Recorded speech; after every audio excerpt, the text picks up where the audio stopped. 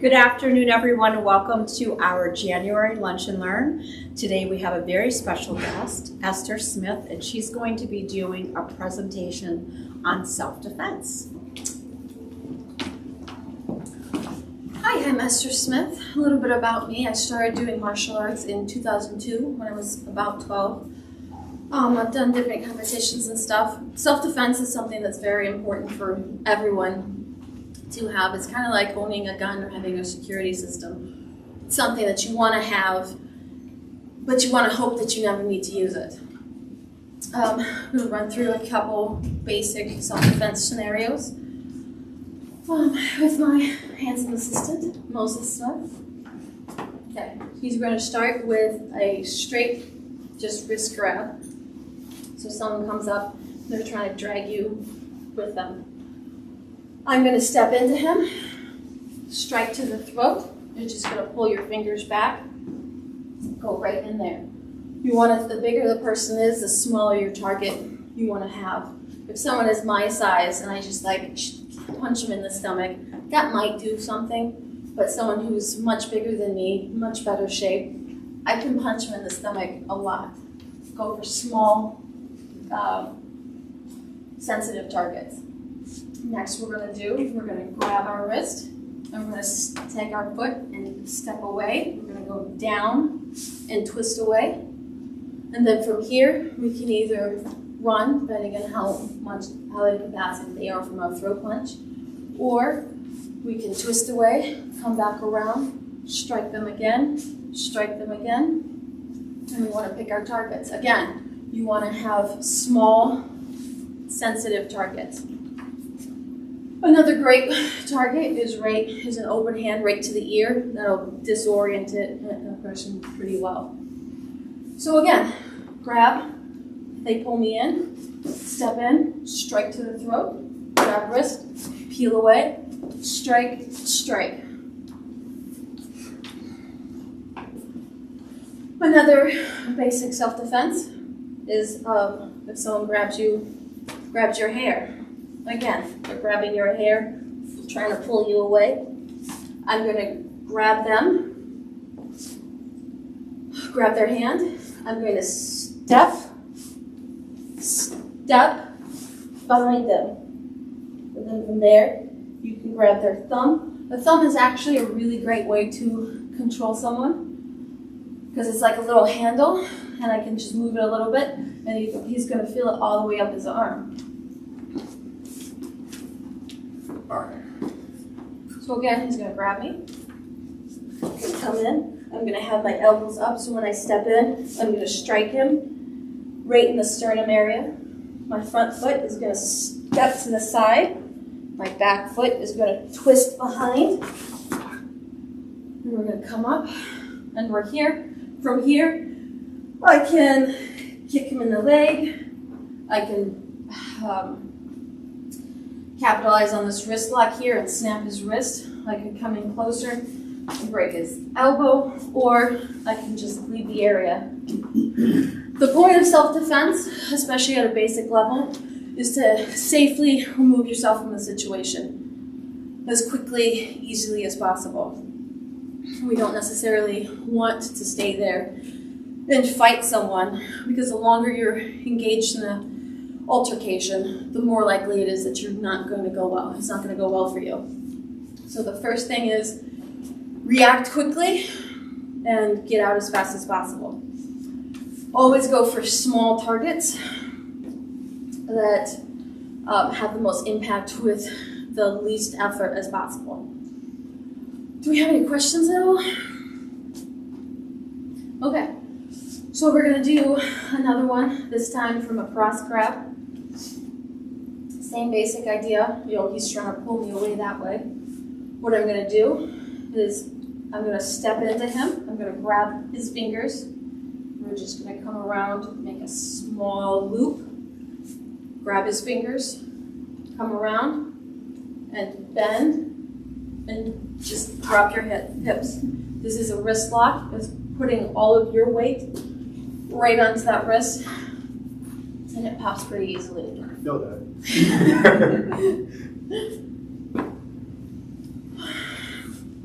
Again, just some basic things that to help you get out of situations that hopefully you never get into.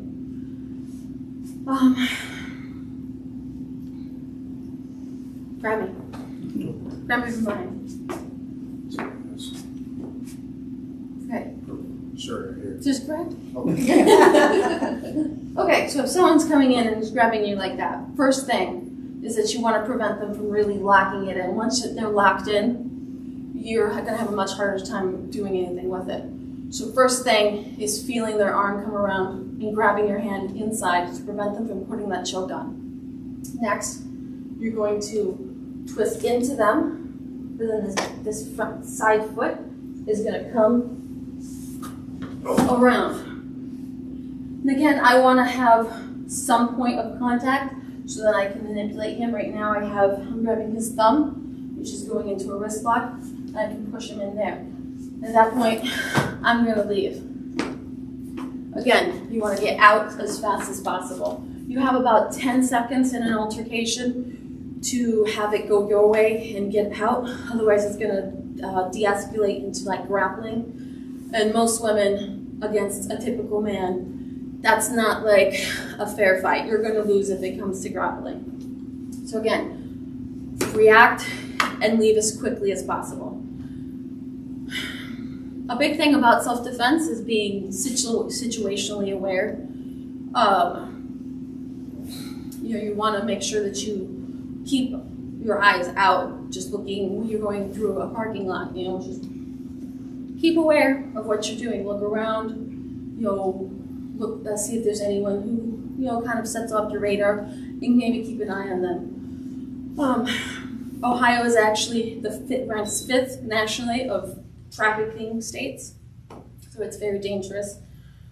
So it's important to kind of have some baseline level of information and knowledge of how to get out of situations. Did we want to do some more, or? Okay. What's a grab that what's something one of you would like to see how to defend against? What if you're going into your car? Mm-hmm. Like, if someone grabs you? Like come up, like you're unlocking your car and someone Yeah. grabs you from behind, just like a bear hug? Okay. So fair hug. Mm-hmm. So I'm here, I'm unlocking the car. First thing I'm going to do, are you hugging me or? Just come up and grab. Okay. First thing I'm going to do here is I'm going to bend my knees and drop my hips.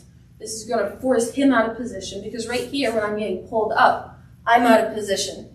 As soon as I get lifted off the ground, I can get slammed. He can pick me up and carry me off. So I want to stay as close to the ground as possible. Go ahead, So I'm going to bend my knees and drop my hips. As I drop, he's going to come with me. He's either going to let go of me or come with me. In this case, he came with me. So now his head is right there. I can move my elbow right into his face. Or I could come or reach around this way and go to his groin. I could stomp on his foot. There's a lot of different things you can do. And if he's here, he's locked up. After I go to his face, his grip is going to naturally loosen because he's not thinking about his hands and I'm hitting him in the face. So I'm going to grab his wrist. I'm going to twist into him. And again, that's going to be a wrist lock. And the whole time when you're doing these things, especially if in the case of you're in a parking lot unlocking your car, you want to be as loud and draw as much attention as possible. First off, for your safety, so then other people can come, but also that's going to be make them more likely to want to leave as fast as possible. So they're not going to want to like sit in a parking lot, grabbing on you, trying to wrestle with you as you're screaming and like throwing your hands everywhere. So be as loud as possible in a situation. What kind of devices do you recommend carrying with you to kind of help with, do you recommend like a loud buzzer or a mace or like what other? Mace is always good. If you have like some sort of like taser, I certainly wouldn't like say any kind of knife or anything like that. those are, unless you know how to handle a knife really well, you're more likely to hurt yourself as them. So I really wouldn't recommend anything like that. But mace is a good option. A taser, stuff like that. What if they have a weapon? If they have a weapon. Well, first thing, don't get hit with it. Second, you want to try and control it. So if we pretend that you're holding a knife and he's going to stab at me. So I don't want to stand here, obviously, and I want to try and control the weapon so I control where it goes, not him. So if he stabs straight at me, I'm going to step to the side. My hand is going to come up and I'm going to grab his hand. A big thing to keep in mind when you're doing something like that, though, is that you don't want to stand still. As soon as I stand still, I'm not moving, I'm not using my momentum or his to my advantage, and he's stronger than me. So if we're here fighting, he's going to win. So when I come in, step in again, I'm going to come around, twist, and I'm going to keep twisting, and then I'm going to come around this other way. Again, wrist lock, I grab the knife, I can run away with it, that's what I would recommend doing, don't we? We don't need to go any further than that. Well, a lot of it is just like fighting off and just escaping. That's the big thing. If we have a 6 weeks, I have a 6-week class coming up. No one's going to turn into Bruce Lee in 6 weeks. No one's going to be Chuck Norris in 6 weeks. You're not going to be at a place where you're going to be able to fight. You're going to be, the idea of it is to be able to escape from specific scenarios so you can get out of there. You do not want to fight. You want to escape. And that's the whole idea of it, safely escaping. So for your sessions that you're going to offer, you're going to have 6 one-hour sessions. So is that, in your opinion, a good amount of time, at least 6 sessions for someone to be able to be somewhat? That's going to be enough time, hopefully, for them to get a general understanding of basic techniques. Again, you're not going to be a street fighter, but you have a basic understanding of how to escape in general scenarios. We're going to be working on some fitness level things. We're going to work on some techniques to use, some things that you should stay away from, just so you have a general understanding of how to operate in different scenarios. A lot of things I would always recommend continuously taking classes, not just for the 6-week courses, but try to find continuous education, because that's going to be helpful, because you want to react in a situation. You don't want to be thinking. You don't have time to sit there, oh, I remember how to do this. You need your body to just react, because you don't have time. You have seconds before it's really too late to do a whole lot. And that's going to give them a good introduction to things that you should do in scenarios. Any other questions? What if someone gets you and gets your arm up like you were doing with him? Maybe someone's right here.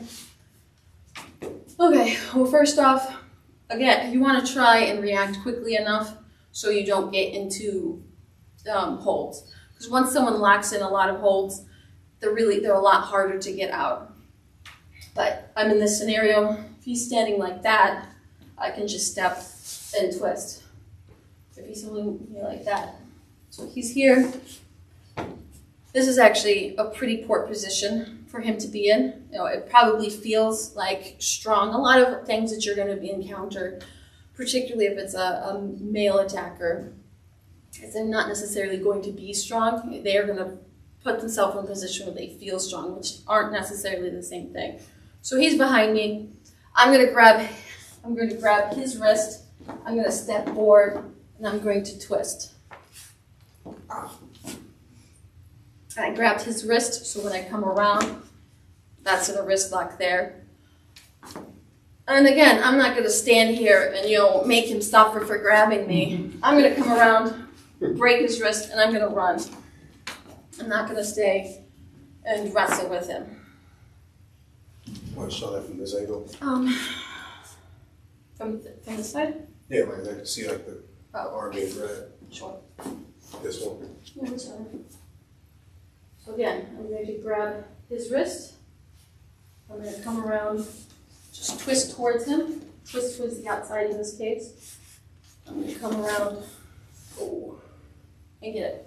Again, he's not in a good, that particularly like right there, like he has nothing supporting his arm or anything. So I can just real quick twist around and there's really not a whole lot he can do about it. And if you have trouble, grab like you were. If you have trouble, you can always, step on his toes. You'll kind of do a horse kick into his groin. You can go up this way and then twist around this way. There's a lot of different things that you can do if that wrist is too strong. Again, we call it a setup where what it essentially is you throw some sort of technique to distract or to bring his attention away from whatever grab he's doing. Because you can't think about 6 different things at once. As soon as you bring his attention away from the grab, it's going to be much easier to do.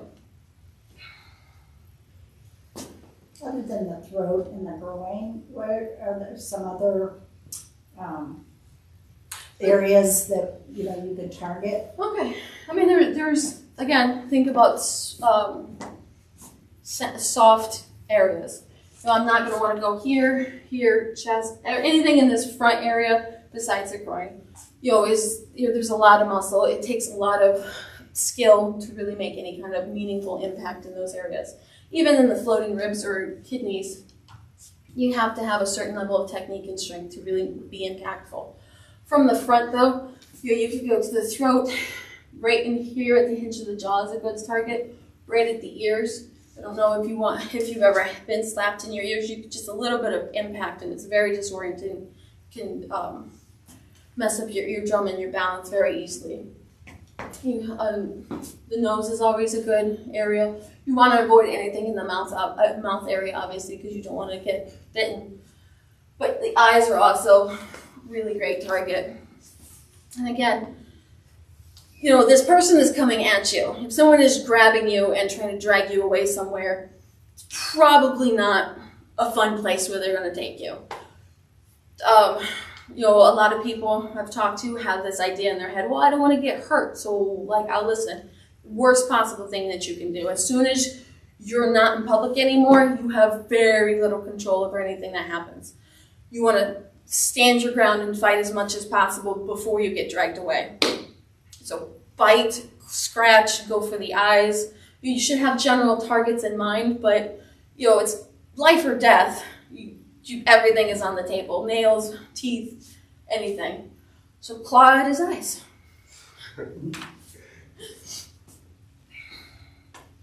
Any other questions?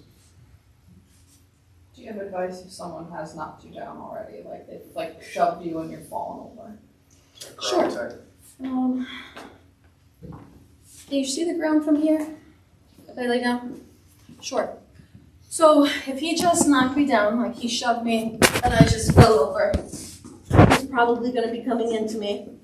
The easiest, most obvious thing, just right to the groin. Or, if he reaches in, he's really off balance, so it doesn't take me a whole lot to grab his hand and twist it down. And he's off balance. Or, back up a little bit.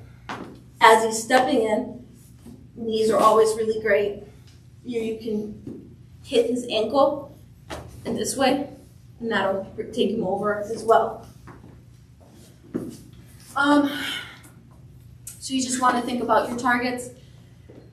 Joints are always great to go to. Knees, ankles. It doesn't have to always be the groin. In a lot of cases, it's not a good idea to start with the groin because a lot of men, are protective of that area, so they're instinctually going to be guarding it. So it's a good idea to go to a different target initially.